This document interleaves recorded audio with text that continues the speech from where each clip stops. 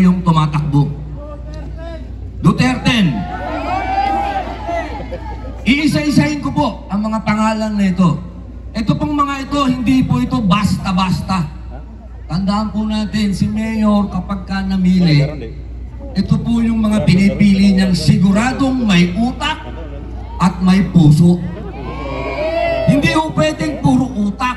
Kasi pag puro utak ang nangyayari, nauutakan tayo. Pagka puso ang pinagana, nag-iibigan tayo. Abay, napakasarap magmahalan. Hindi ba?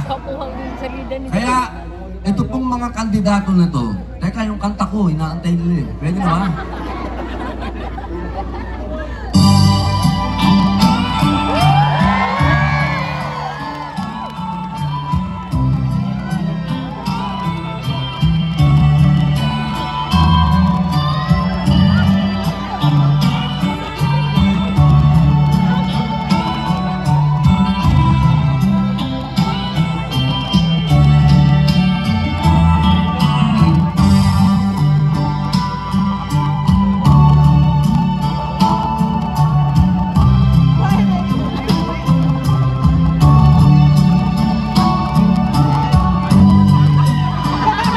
Hello.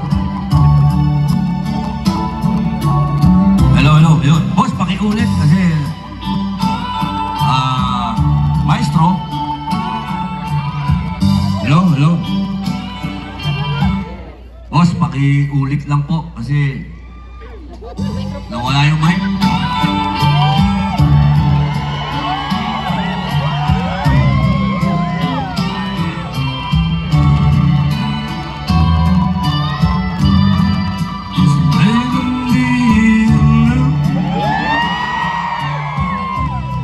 She's wondering what clothes to wear. She pulls on her makeup and brushes her long hair.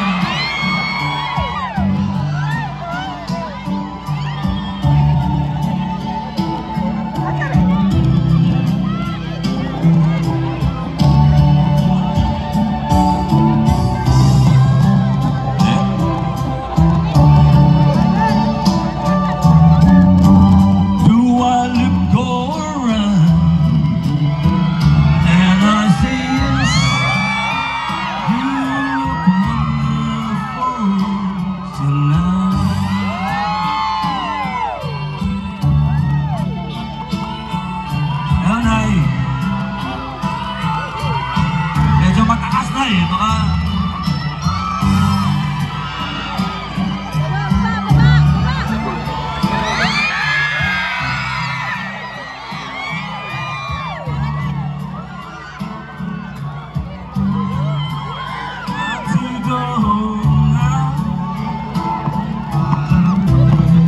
I've gone in the head. May tumulak ng puwet ko, babae kayo. Nakalimutan ko tuloy yung kanta.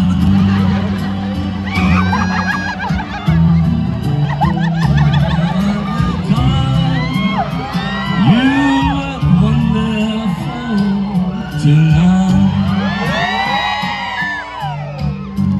Kailangan kumanta pa tayo isa, parang wala naman akong kinanta eh. Tapos na yan. Boss, the love light in your eyes and the wonder all alone is this you just don't realize how much I love you. Kanina kasi puro music, di ko naririnig yung boses ko. Kakanta pa po ako ng isa. Gandahan nyo naman yung -1. Oo, kasi parang gustong ako ang i-minus. Balikan ko po, yung 10. Kakanta pa ako ng isa, please. Ito po, unahin ko po, Attorney Jimmy Bondok. Sino po ba si Attorney Jimmy Bondok? Siya po ay isang artista at singer. Ito pong taong ito ay inilagay sa pwesto ni Rodrigo Roa Duterte, Pangulo ng Pilipinas, sa PAGCOR. At nung siya po ay naupo, siya po ay sinabihan ng ating mahal na Pangulo na mag-aral. Mag-aral ka sapagkat napakaganda na ng puso mo. Dahil wala pong ginawa si Atty. Jimmy Bondoc nung nasa PAGCOR siya kung hindi tumulong sa kapwa. Ang PAGCOR po kasi meron niyang budget para tumulong. Nandun na sa tao yon. Kung yung budget na yon, makakarating ba sa tao o makakarating sa bulsa mo? Sa panahon ni Jimmy Bondoc, nakarating po sa tao ang pondo na yan. Pinag-aral po yan. Sa loob po ng ilang taon, siya po ay nakatapos ng abogasya. Siya po ay isang attorney. Hindi po yan basta-basta. Isa po yang nagsulok ng kilay. Hindi po para sa sarili niya. Siya po ay nag-aral para maipagtanggol po kayo, madepensahan kayo, at maipaglaban ang karapatan po ninyo. Kaya sana po, huwag niyo pong kalilimutan, kung ang problema ng Pilipinas ay kasing laki na ng bundok, ang kailangan natin si Atty. Jimmy Bondoc. Tandaan niyo po, Duterte 10, number 10. Huwag ka munang antukin, tol, kakanta pa ako. Okay, mamaya, ipasyal mo ako dito, dalhin mo ako sa magagandang lugar. Ako, yari ka sa asawa mo. Ito pong pangalawa. Narinig nyo naman po magsalita kanina si Atty. Hillo. Yan po ay matagal nang masasabi po natin nagsisilbi sa bayan. Hindi lang po sikat yan. Kasi alam nyo naman dito sa Pilipinas, kung wala kang chicha, kung wala kang pera, kung wala kang koneksyon, hindi ka sisikat. Pero itong taong ito, ang dapat po ninyong pasikatin. Atty. J.B. Hillo. Huwag nyo pong kalilimutan, Bisaya yan. Kailangan patas ang laban, hindi pwedeng puro taga Luzon, hindi pwedeng puro taga Mindanao. Kailangan may Bisaya. Yan po ay napakalaking challenge sa inyo. Challenge sa lahat ng mga taga Bisaya. Tandaan po ninyo ha, number 30, ang revolusyonaryong Atty. Hillo J.V. Palakpakan po natin. Alam ko, nagugutom na rin kayo. Kami rin po. Nagugutom na pero nabubusog ako dahil nakangiti ang mga tao dito. Alam nyo, nung nandun kami sa Dahig, nagpunta po ako kasi nung dinala si Mayor sa bansang Netherlands, sumunod po ako kagad. Hindi ko po alam, napakalamig pala doon. Pagdating ko doon, ang ginaw, napakaginaw po sa labas ng kulungan. Kasi iniisip ko, kung ako giniginaw, paano si Mayor doon sa loob? Di ba, 80 years old na si Mayor. Isipin nyo, 80 years old. Alam nyo, yung mga Pilipino doon, ito sabi ng asawa ko, bakit parang yung pocket money mo hindi nagalaw? Paano ka ako magagalaw? Mga Pilipino doon, dadating doon, yayayain akong kumain. May darating na isang pamilya, dito ka na matulog sa amin, huwag ka na mag-hotel. Ganon pong klase ang pagmamahal nila kay Digong. Ako po ay nababatuhan lang. Alam niyo yun? Hindi naman para sa akin yun eh. Mahal nila si Digong. Kaya alam ko lahat ng tao dito ay hindi bayad. Bayad ba kayo? Mahina ah. Bayad ba kayo? Ang sarap pakinggan. Dahil po, I love you, darling. Inikip. Hello, babe. Ito po, ang pinakamatapang. Itong senador na to, kailangan po ninyo talagang bigyan ito ng pangalawang pagkakataon. Kasi ngayon po, senador siya.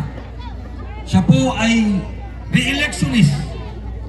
Ito, wala na hong tatapang pa dito. Kasi ito, hindi lang po ito puro salita. Marami po kasing matapang na tao sa salita. Pero si General Bato de la Rosa, si Senator Bato, tandaan po ninyo, yan ang taong ipinagtatanggol ang mahirap. Mali po lahat ang mga bintang sa kanya. Hindi ako bolero, tandaan po niyo yan. Doon lang sa, kahit naman yung mga naging girlfriend ko, sabihin nila sa inyo, hindi ako nang bole. Wala akong binola dyan, wala akong niloko. Di ba, Nadia? Nadia? Di ba, babe? Kaya po sana, narinig ko po kanina, nagsalita si Bato, kumanta pa. Alam nyo yung taong yan, hindi lang dapat senador yan dapat siya maging vice president o isang araw maging presidente. Maniwala po kayo sa akin, hindi kayo magaling na tao po si Senator Bato. Kaya tandaan po ninyo, number 22. Ito po, sa magkakaibigan, alam ko, naranasan nyo na yun. May mga kaibigan na traidor, di ba? Yun ang pinakamasakit. Yung na-traidor ka ng kaibigan mo. Pero meron namang kaibigan na tapat. Yung kahit hindi mo kasama, ipagtatanggol ka. May ganong klaseng kaibigan. Yung kaibigan na ipagmamalaki mo. Yung kaibigan na alam mo, pag andyan na yung trouble, hindi ka iiwan. Ito pong taong ito, hindi ko malaman kung bakit nakakulong ngayon.